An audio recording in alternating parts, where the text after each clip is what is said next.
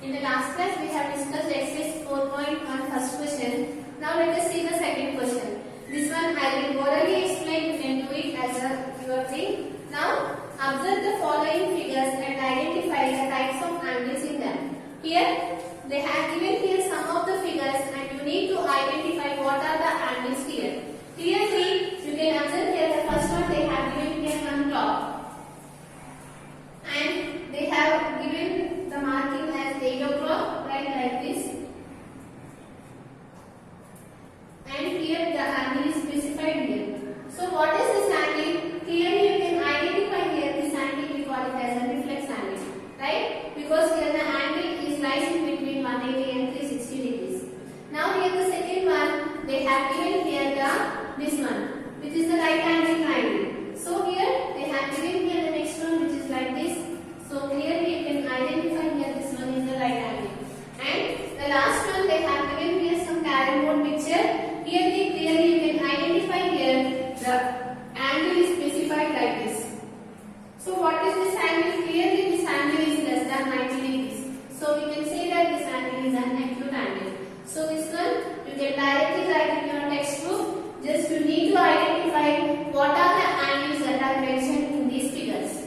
Now let us go for the third question. This one you can do it. Just they have given some true false statements. That one you can do it as your homework. Now let us go for the fourth question. What is the angle between two hands of a clock when the time in the clock is? They have given here the timings of the clock. The first one 9 o'clock and the second one 6 o'clock and the third one 7 p.m. Based on this timing, what are the angles you can identify here in the block you need to write it. So let us see here this question.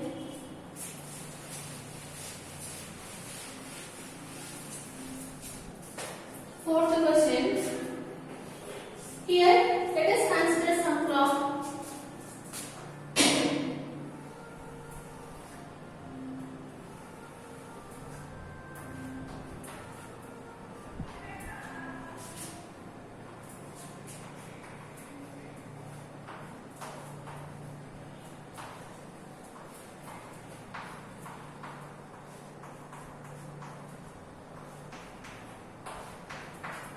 Right? Here if you see the clock, in a clock how many markings you can identify? Clearly there are 12 markings. And if you consider here what is the total angle, it is a complete angle. You know that the total angle in this case it is nothing but 360 degrees.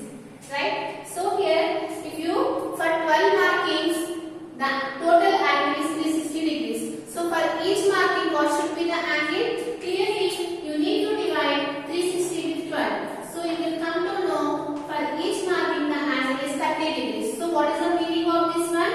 Here if you consider the angle between 12 and 1 o'clock, here the angle is 30 degrees.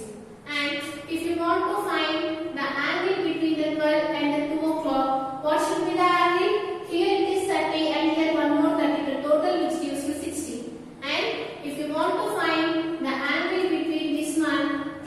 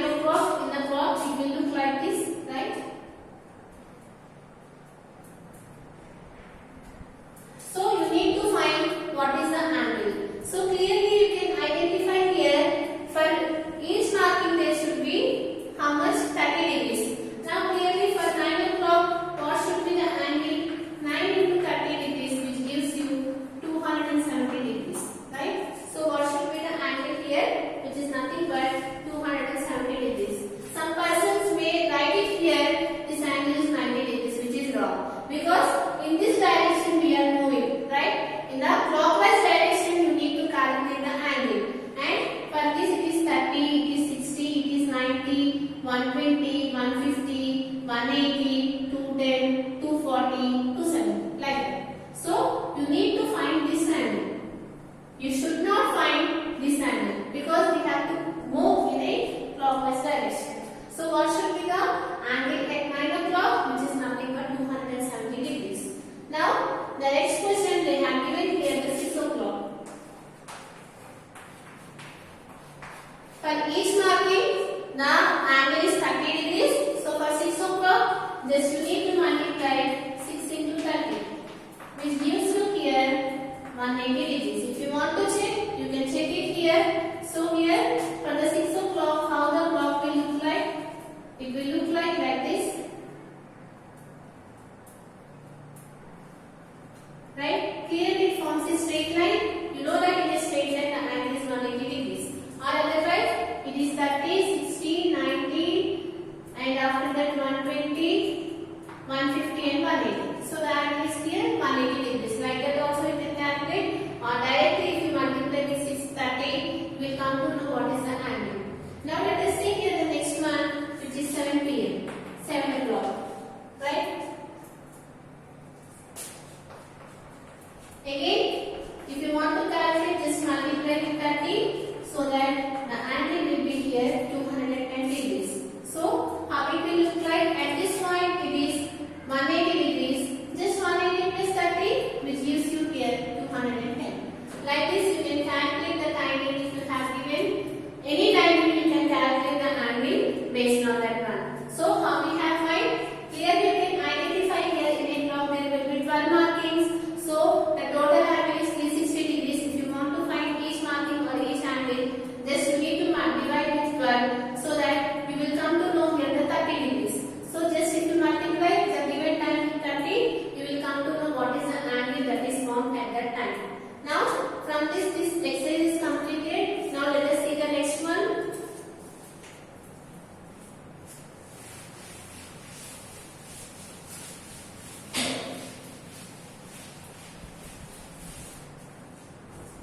So here the next one, which is the pairs of angles.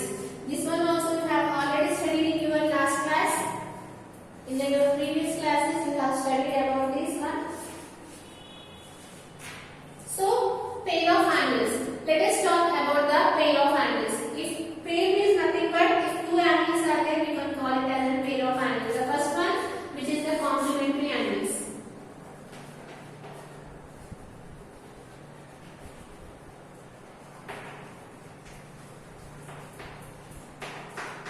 What are complementary angles?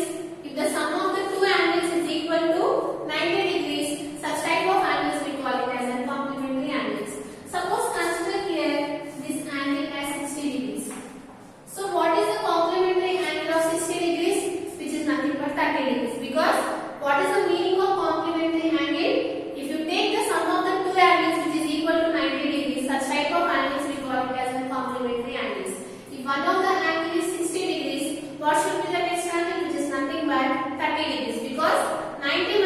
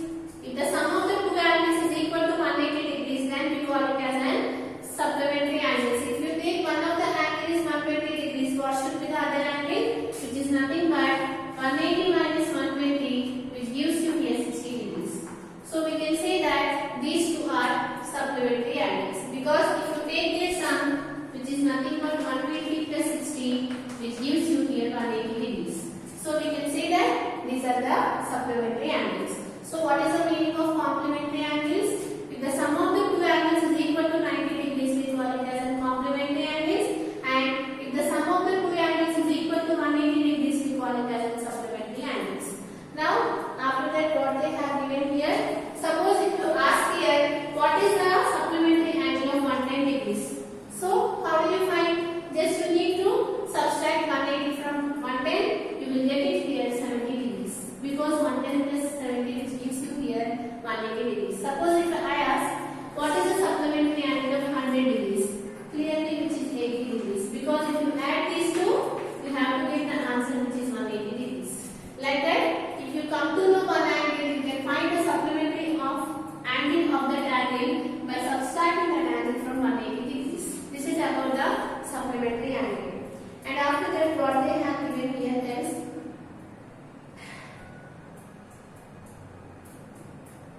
next one, conjugate angles. What is the meaning of conjugate angle? Conjugate angle is nothing but if the sum of the angle is equal to 360 degrees, such type of angle we call it as an conjugate angle. So the next one, which is nothing but conjugate angles. What is conjugate angles? If the sum of the two angles is equal to 360 degrees, such type of angles we call it as conjugate angles. So here you can identify here if one of the angle is 120 degrees and the other angle is 240 degrees.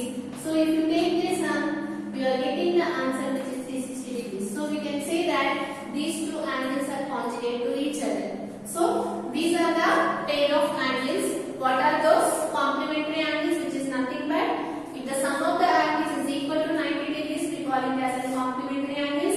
And the next one, supplementary, if the sum of the two angles is equal to 180 degrees, we call those as supplementary angles.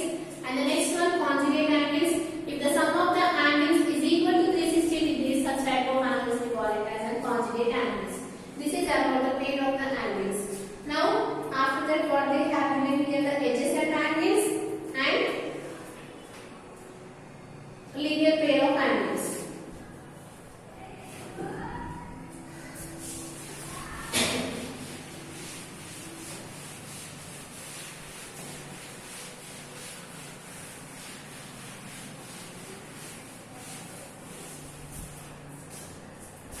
So this one also we have studied in the last classes, adjacent angles. What are adjacent angles? If two angles are having the same vertex and the same common vertex and the common arc, such type of angles we call it as an adjacent angles. Suppose consider here two angles like this. This is one angle and I am taking here one more angle like this.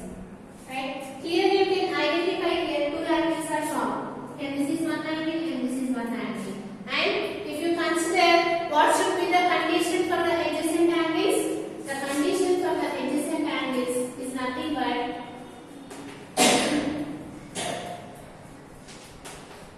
two angles are said to be adjacent if they have the same vertex, and or the common vertex and the common arc. If these two conditions are satisfied, then we can say that those are the adjacent angles.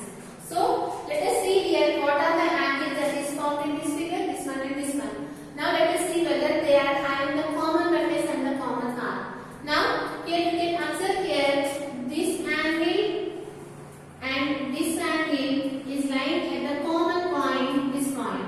So this is the common vertex. And what is the common arc? If you consider this angle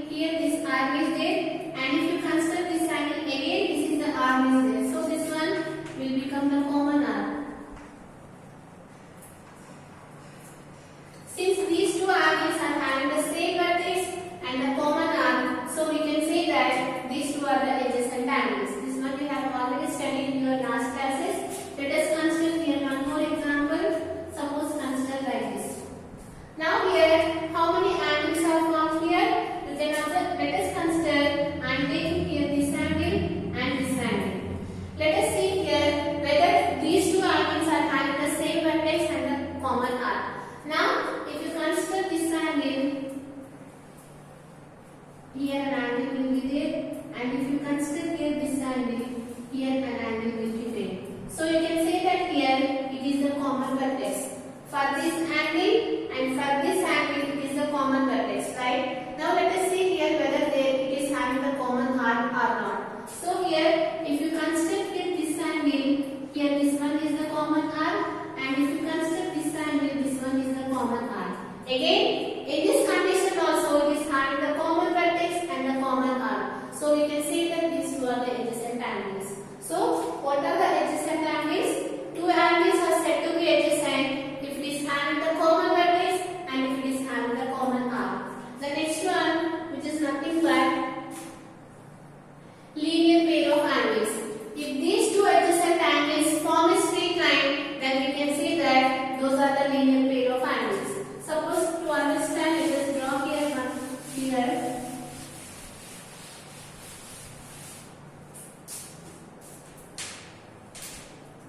The next one, which is the linear pair.